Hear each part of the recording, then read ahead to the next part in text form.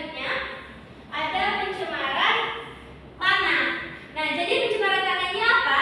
Yang dimana pencemaran tanah ini adalah kondisi di mana tanah itu terkontaminasi oleh bahan kimia, polutan, dan bahan-bahan berbahaya yang mengganggu fungsi dari tanah itu sendiri.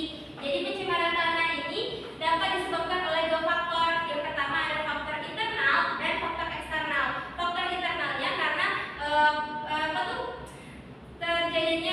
terjadinya dari alam sendiri, peristiwa alam seperti Gunung Merapi. Sedangkan faktor eksternal dari aktivitas manusia.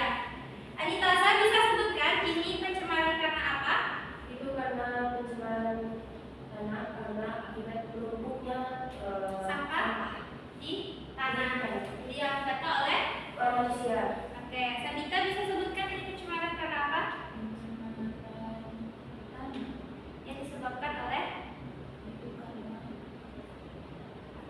aktivitas bidang tambang. Benar sekali. Jadi ini adalah polutan yang dihasilkan dari pencemaran tanah yang diakibatkan oleh aktivitas pabrik.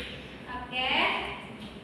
Kemudian yang terakhir ada pencemaran udara.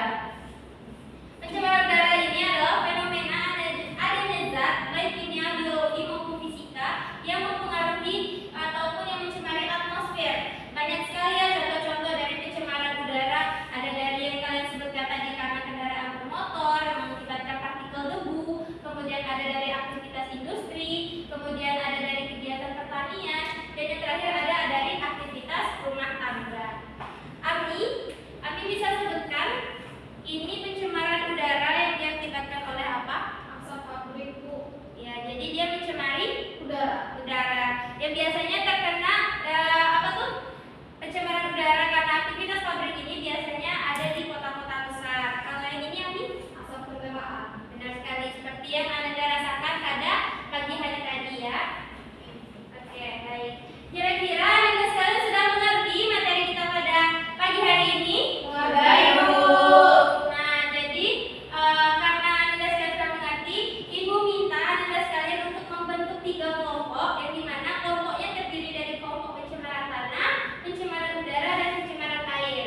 Oke, bagi ketiga kelompok, Ibu minta untuk berdiskusi dan memberikan pertanyaan. Tuliskan di kertas pertanyaan yang masih kalian telah pahami tentang pencemaran lingkungan. Kemudian nanti pertanyaannya dikumpulkan kepada Ibu ya. Oke, baik. Silakan.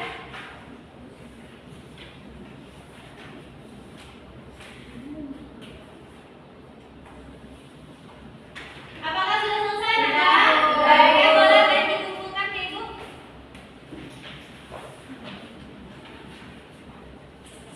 Baik, terima kasih.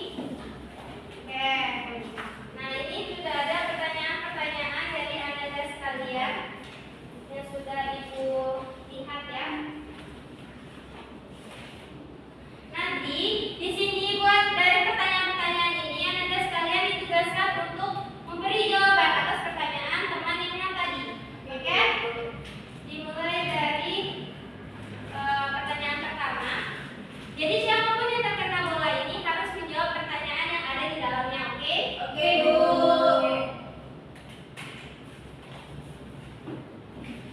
Ami maju ke depan.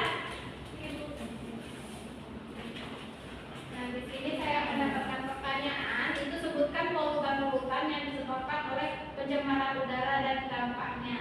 Itu ada karbon dioksida, ada nitrogen dioksida, sulfur dioksida, dan partikel debu. Ini dampaknya dapat menyebabkan sesak pada dada dan kesulitan bernapas. Benar sekali. Tepuk tangan untuk temannya. Dan silakan duduk. Kemudian kelompok selanjutnya.